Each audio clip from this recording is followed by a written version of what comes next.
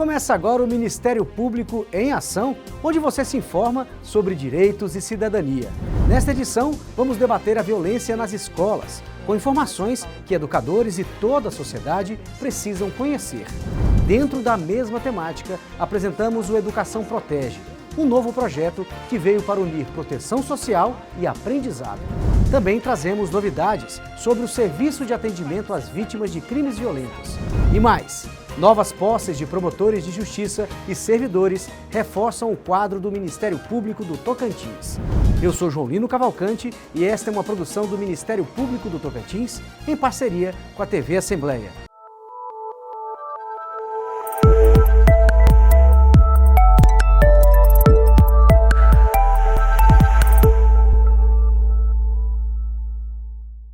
Recentemente, a campanha de vacinação infantil contra a pólio precisou ser prorrogada no país por causa da baixa adesão. Isso nos leva a relembrar: vacinas são seguras, protegem, são gratuitas e estão disponíveis num posto de saúde próximo da sua casa. Confira a VT sobre o tema.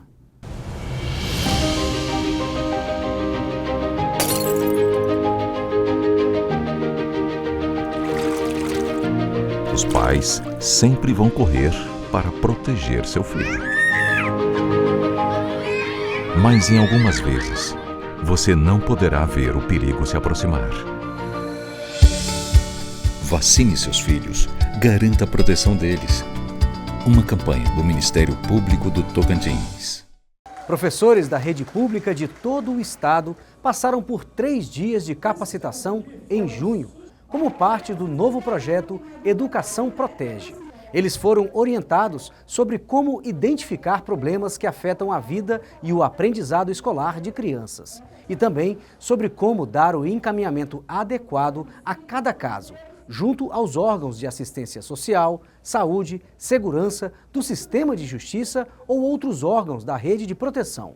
O projeto Educação Protege é uma iniciativa do Ministério Público por meio do seu Centro de Apoio Operacional da Infância, Juventude e Educação. O objetivo é sanar os problemas para que os alunos possam focar nos estudos e melhorar seu aprendizado. Confira agora a primeira parte de uma entrevista sobre o combate e a prevenção à violência nas escolas. No bate-papo são explicadas as ações que vêm acontecendo e também são repassadas orientações para os educadores e a comunidade.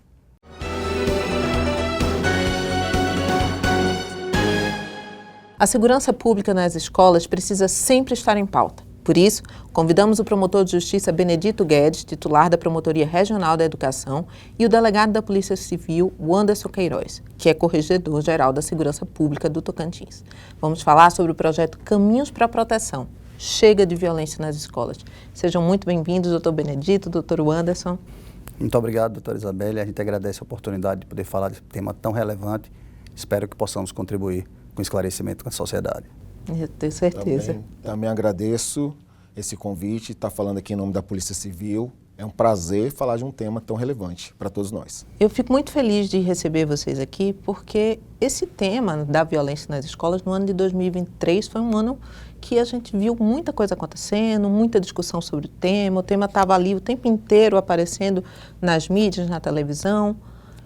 Mas isso precisa ser transformado numa política pública permanente, doutor Benedito? Como é que a gente pensa isso aqui dentro do Ministério Público?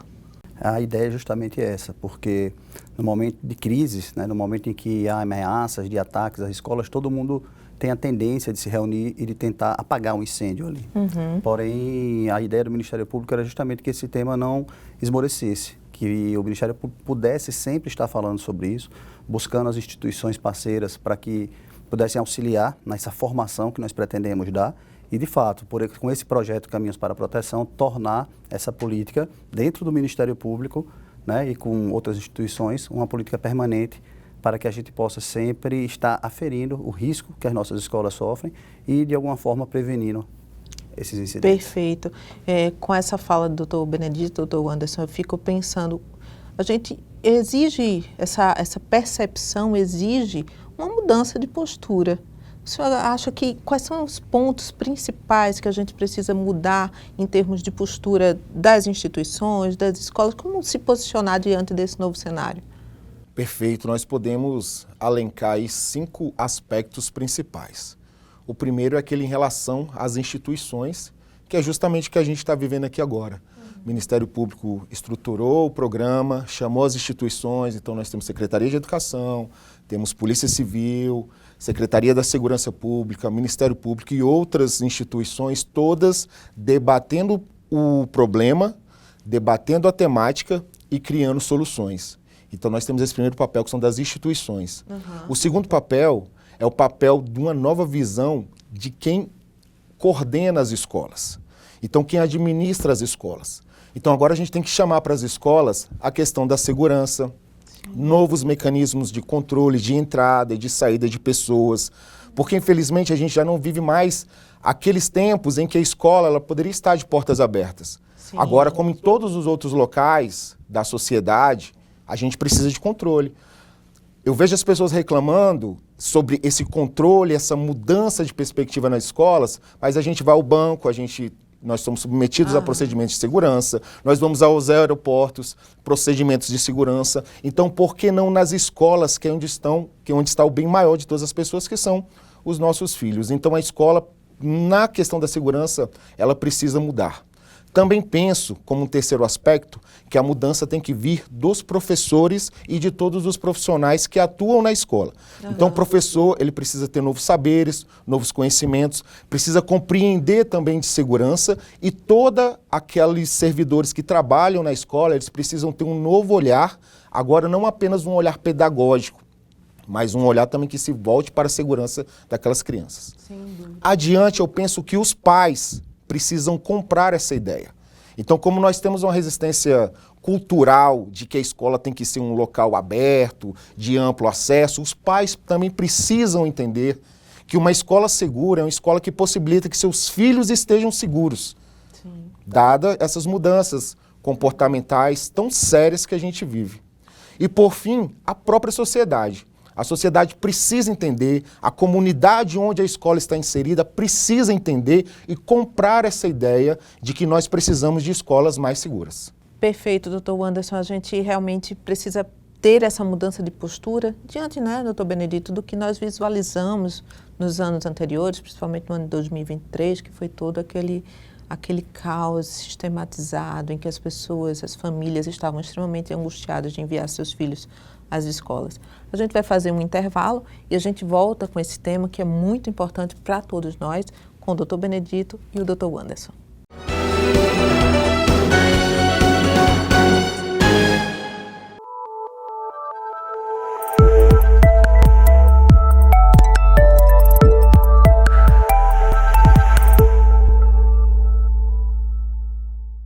Os agentes comunitários de saúde de Palmas iniciaram uma nova tarefa. Nas visitas domiciliares que realizam, eles estão ajudando a divulgar o trabalho do NAVIT, o Núcleo de Atendimento às Vítimas de Crimes e Atos Infracionais Violentos, mantido pelo Ministério Público, para que mais pessoas conheçam e tenham acesso ao serviço de atendimento. No setor Jardim Aureni 3, em Palmas, a agente comunitária de saúde Doraci Pinheiro inicia mais um dia de trabalho com um brilho especial nos olhos. Com 30 anos de dedicação, Doraci está empolgada como nunca.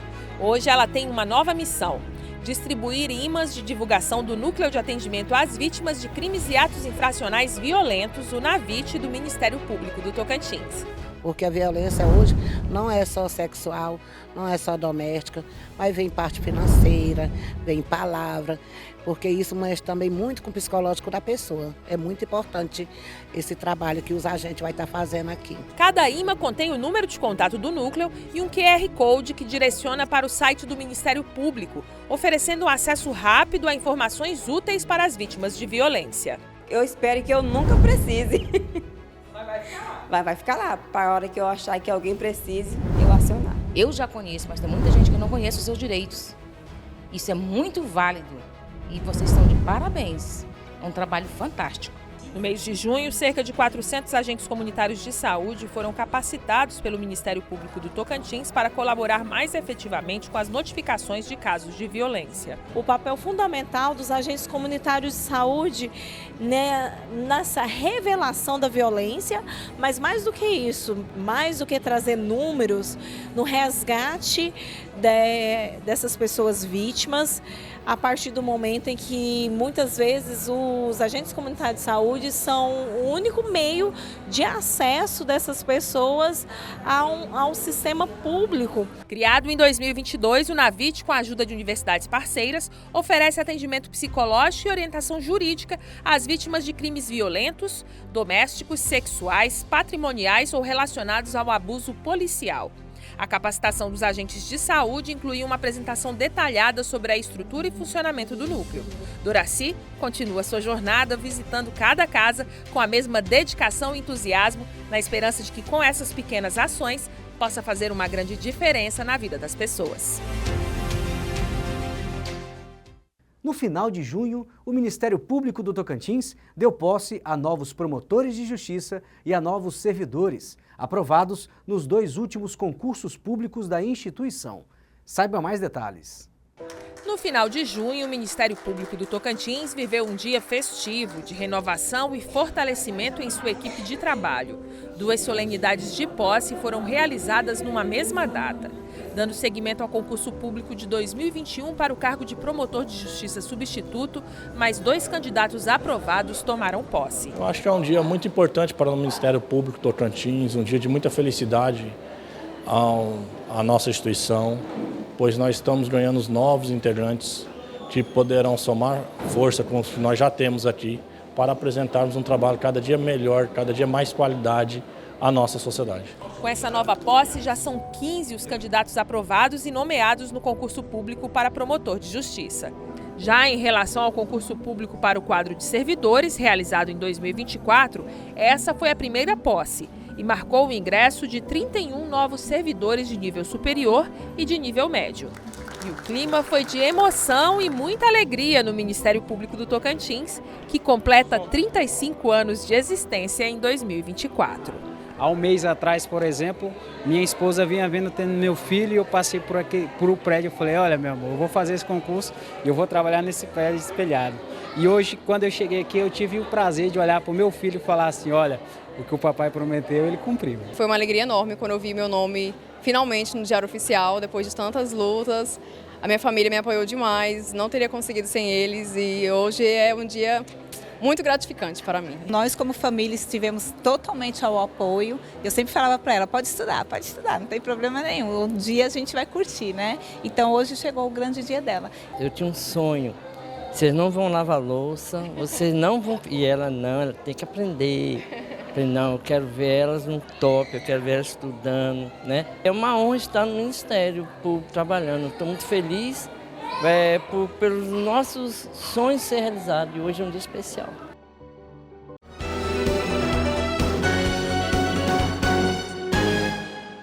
E a gente volta agora com o Dr. Benedito e o Dr. Anderson para a gente falar sobre o projeto Caminhos para a Proteção.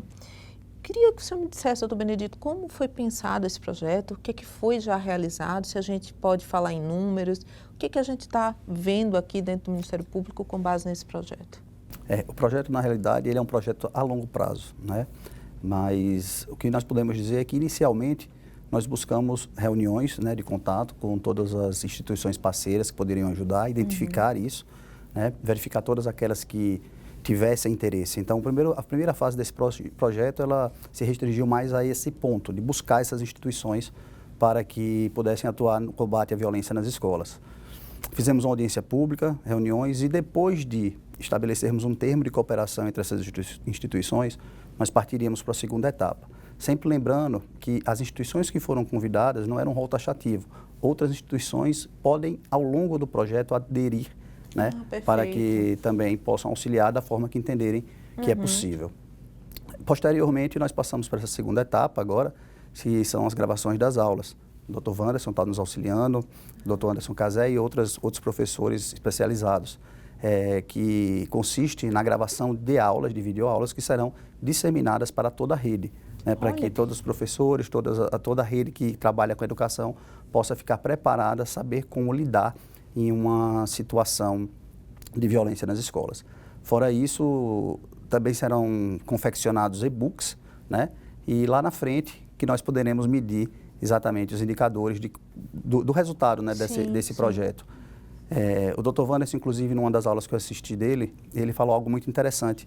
Ele disse que muitos números nós nem saberemos acerca do sucesso desse projeto, porque se trata de um projeto de prevenção. Então é isso que nós buscamos, né? Trabalhar nessa área preventiva para que incidentes tão lastimáveis como nós vimos no Brasil e no mundo venham acontecer no nosso estado.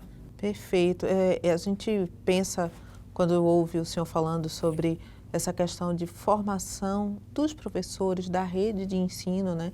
Nessa mudança de postura, como o Dr. Wanderson falou, de como lidar com a situação, porque eu acho que realmente para quem está ali no dia a dia existe um temor do que pode acontecer e como reagir a isso, qual é a melhor atitude. Então, assim, nada melhor do que ouvir quem está preparado para lidar com essas situações mais caóticas de uma orientação. Excelente.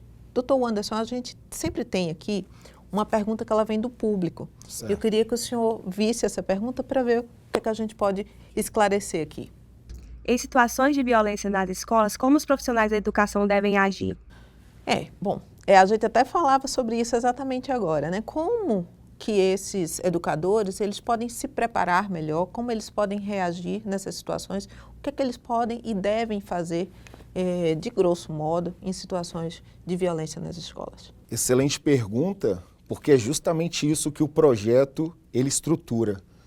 Então, eu muito me orgulho de participar do projeto pelos vários aspectos que ele tem.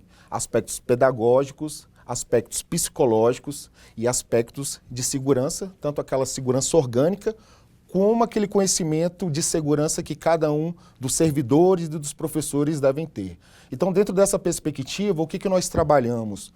A parte da Polícia Civil, ela, além de ter criado protocolos, sugerido protocolos em casos extremos, nós também tivemos a oportunidade de capacitar os professores falando sobre o que é crime, como que ele pode agir em situações que aparentemente são criminosas, mas que eles estão ali protegidos por excludentes de ilicitude. Então nós citamos vários exemplos. Se sofrer um ataque, pode reagir? Pode reagir. Se um terceiro estiver sofrendo, pode intervir? Sim, pode intervir. Falamos também sobre ato infracional.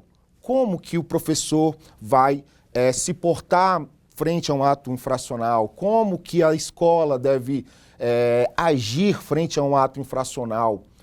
Qual que é a diferença e até onde que nós vamos compreender um ato infracional e um ato que é meramente pedagógico, que precisa apenas de um atendimento pedagógico por parte da escola, ou realmente e infelizmente um acionamento da Polícia Militar, um deslocamento à delegacia de polícia, uma comunicação ao Ministério Público, uma comunicação ao Conselho Tutelar, o registro de um boletim de ocorrência. Então nós trabalhamos com os professores, além daquela preparação dos tutores, também gravamos vídeos explicando detalhadamente como que agem nessas situações. Realmente o projeto é belíssimo, né?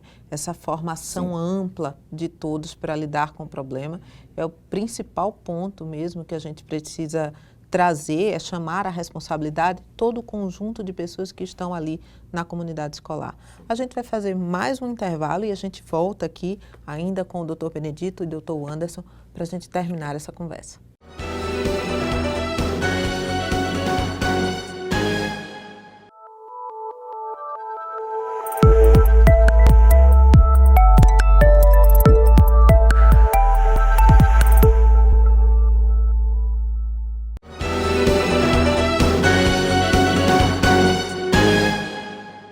E a gente retoma agora para a última parte aqui da nossa conversa com o Dr. Benedito e com o Dr. Wanderson.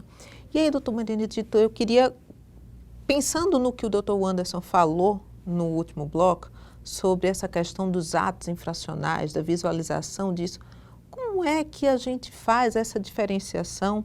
Eu, enquanto pai de aluno, eu, enquanto professor, que estou ali convivendo com aquilo, qual é a hora em que aquilo deixa de ser um assunto para ser resolvido na escola e passa a ser um assunto para ser resolvido na vara da infância e juventude? Como é que a gente faz isso? Há um costume nas escolas de sempre tentar resolver isso no âmbito interno, né? Por entender que a escola, e isso não deixa de ser verdade, é um ambiente acolhedor, deve ser um ambiente acolhedor. Há uma tendência dos profissionais da educação de buscar sempre resolver isso no âmbito das escolas. Porém, muitas vezes isso não é suficiente, porque o ato ele transcende a uma mera indisciplina, né? E ele vira ato infracional. Mas a gente sente também não só essa dificuldade, né, pedagógica, mas a gente sente também que os professores muitas vezes não sabem, a rede ela não sabe exatamente o que é o ato infracional. E daí vem a importância dessa formação, de explicar a eles o que é o ato infracional, né? Essa analogia que se faz com o direito penal, né, na área da infância e da juventude, para que eles possam... O ato infracional, só para a gente entender bem, o ato infracional, o que é o ato infracional mesmo? Como é que a gente diz assim, olha, isso aqui foi um ato infracional? O que é ele? O ato infracional, na verdade, você pode dizer que ele é um ato análogo a um crime, só que praticado por um adolescente, né? De 12 a 17 anos. O que a gente poderia dizer assim, olha, isso aqui é um crime. A gente não chama de crime porque é adolescente, a gente chama de ato infracional. Exatamente. Isso, né? Então, essa diferenciação ali do educador que percebe uma prática que excedeu o âmbito de solução ali dentro da escola, essa comunicação como ato infracional, então o senhor entende como importante, como fundamental para a gente manter esse controle? Eu entendo de suma importância, por vários aspectos. Eu tenho uma visão muito particular acerca da segurança pública no Brasil como um todo, e eu entendo que a impunidade que vigora no nosso país hoje, ela tem reflexos em todos os setores da sociedade, e na escola não é diferente, né? Então, essa sensação de responsabilização, mesmo para os adolescentes, ela é importante na formação deles também, na educação.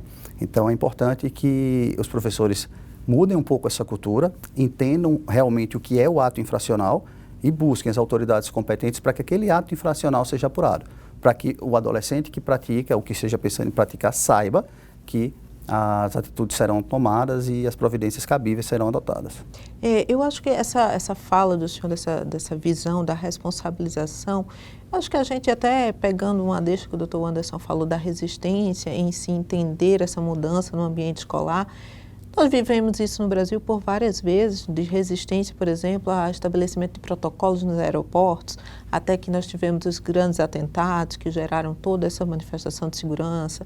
Nós tivemos isso nos bancos na década de 80 e 90, os assaltos a bancos. Então, nós temos realmente reagido a essas demandas com uma estruturação de segurança que muitas vezes não era pensada.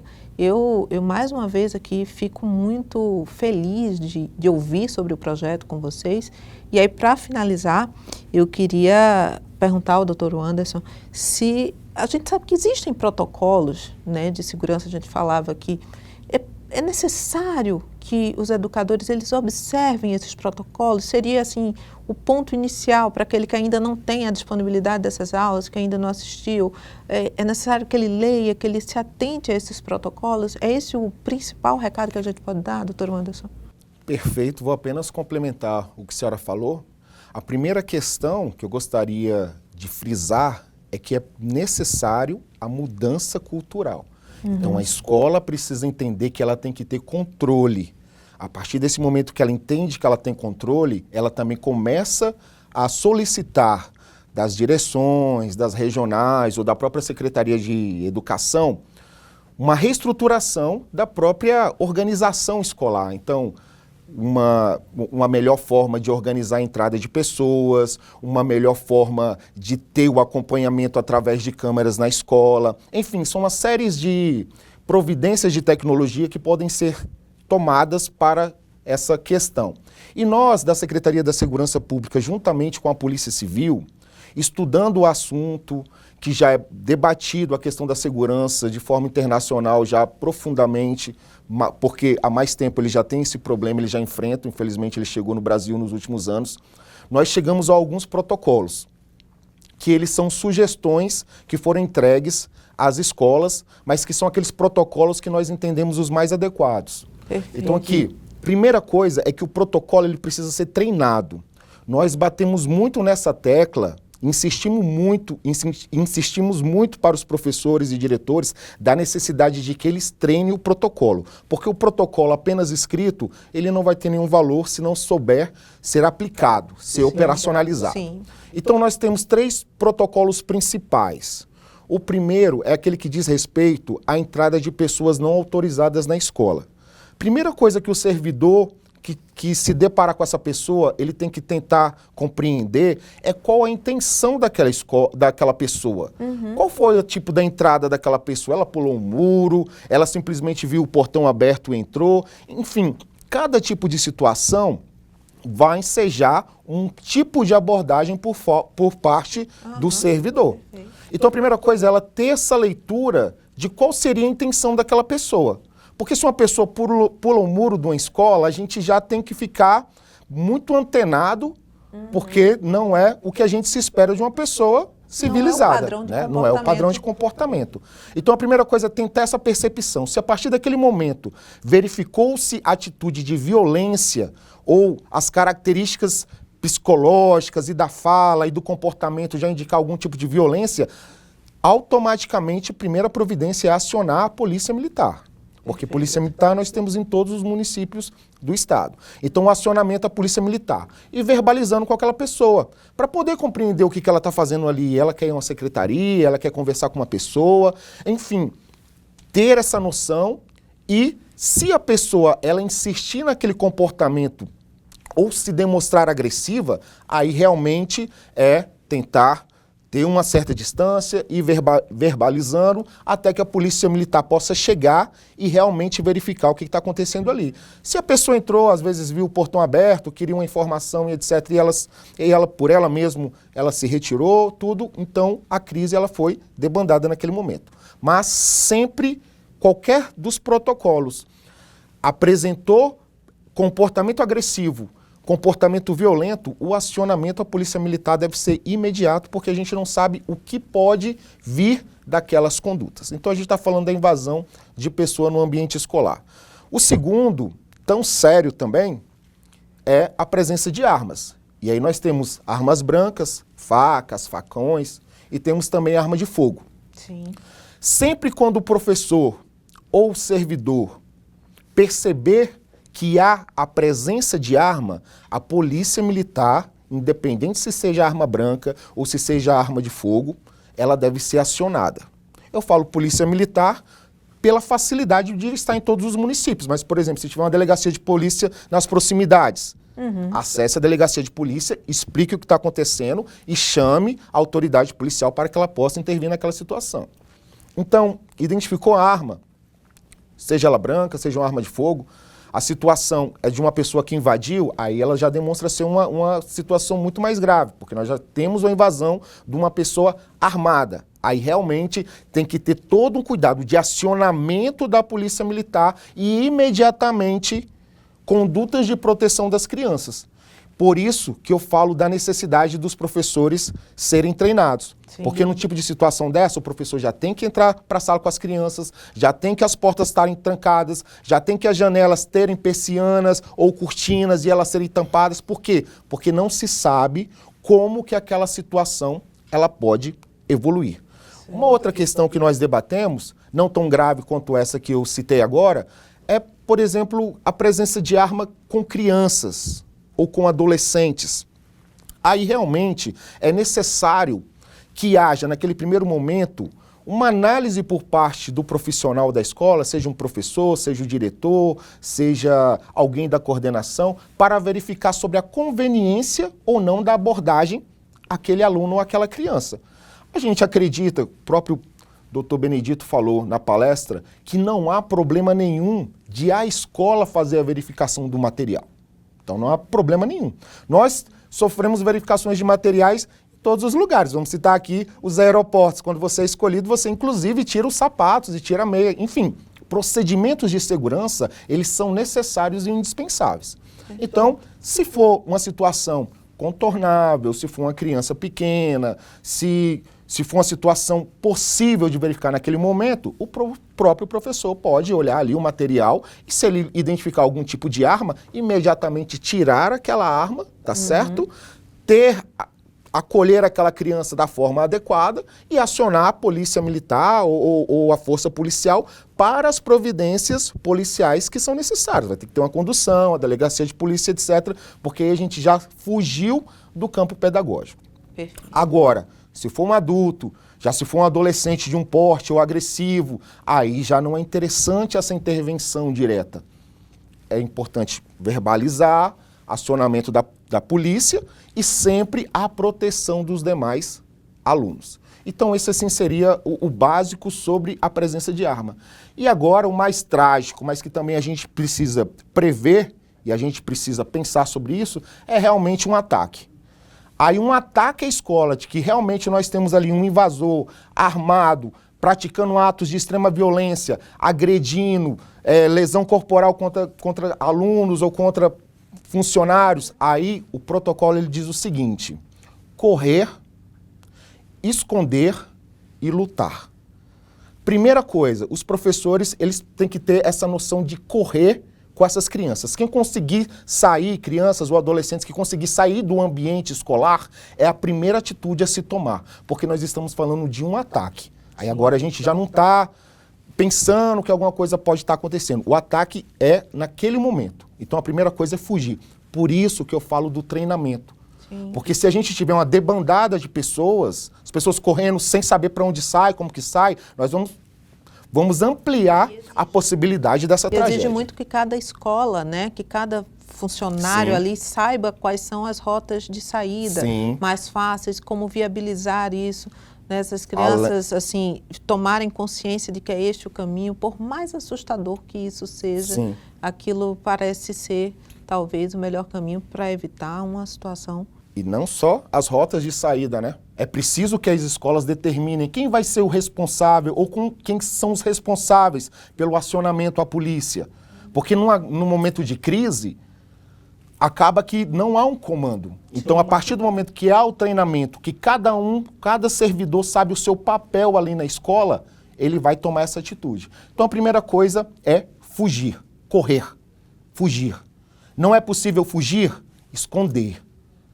Tem que procurar um lugar para se esconder. Se os professores tiverem condições de manter os seus alunos na escola, dentro da sala, mantém dentro da sala, tranca a porta, objetos que possam obstruir a entrada daquela porta, fecha cortinas e persianas, tudo para o quê? Para esconder aquelas crianças ali e muito atentamente ouvindo, com silêncio, ouvindo o que está se passando, tentando acionar a polícia e ouvindo para saber como que está sendo, o que está acontecendo naquele ambiente. Até porque, num acionamento à polícia vai querer saber onde que está acontecendo, quantos são, que tipo de arma que está sendo utilizada, quais as providências que foram tomadas. Então, o profissional treinado, ele vai saber, no momento da crise, ter essas respostas, saber como agir.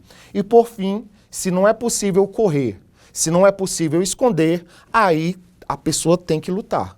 Aí a luta, você vai lutar com aquilo que estiver ao seu alcance. Um objeto, uma cadeira, enfim, qualquer tipo de objeto e partir para a luta. É triste a gente falar disso, né? Assim, a gente fica até realmente triste de imaginar uma situação dessa, mas a gente precisa ter servidores preparados para esse tipo de atuação. Então, só recapitulando, nessa situação extrema que é de um ataque, é correr, esconder ou lutar. Perfeito. Esse é um tema que acho que a gente vai precisar voltar aqui outras vezes para conversar, doutor Benedito, doutor Anderson. O projeto ele é belíssimo, o projeto ele tem uma perspectiva, como disse o doutor Benedito, de prevenção, e aí realmente fica incontável aquilo que a gente pode fazer, o quanto de pessoas nós podemos salvar e ajudar nessa perspectiva do projeto, mas a gente sabe que o nascedouro desse projeto, que foram todas essas ações que aconteceram anteriormente, que fizeram surgir a necessidade de a gente rever esses protocolos dentro das escolas, faz com que a gente se sinta pelo menos um pouco mais seguro de que a partir de agora existe uma política pública permanente de atenção do Ministério Público e das instituições parceiras, como a Polícia Civil, numa perspectiva de proteção das nossas crianças e dos nossos adolescentes. Muito obrigada, doutor Benedito, muito obrigada, doutor Anderson. Sejam sempre muito bem-vindos, voltem. Tenho certeza que a gente vai precisar voltar para esse assunto rapidamente. Muito obrigada, gente. Encerrando por aqui e lembrando que se os seus direitos ou os interesses da sua comunidade foram desrespeitados, procure o Ministério Público do Tocantins. Ligue 127, envie mensagem para o WhatsApp 63 9900 2720 ou baixe o aplicativo MPTO Cidadão. Faça sua manifestação pelo link da ouvidoria. Muito obrigada.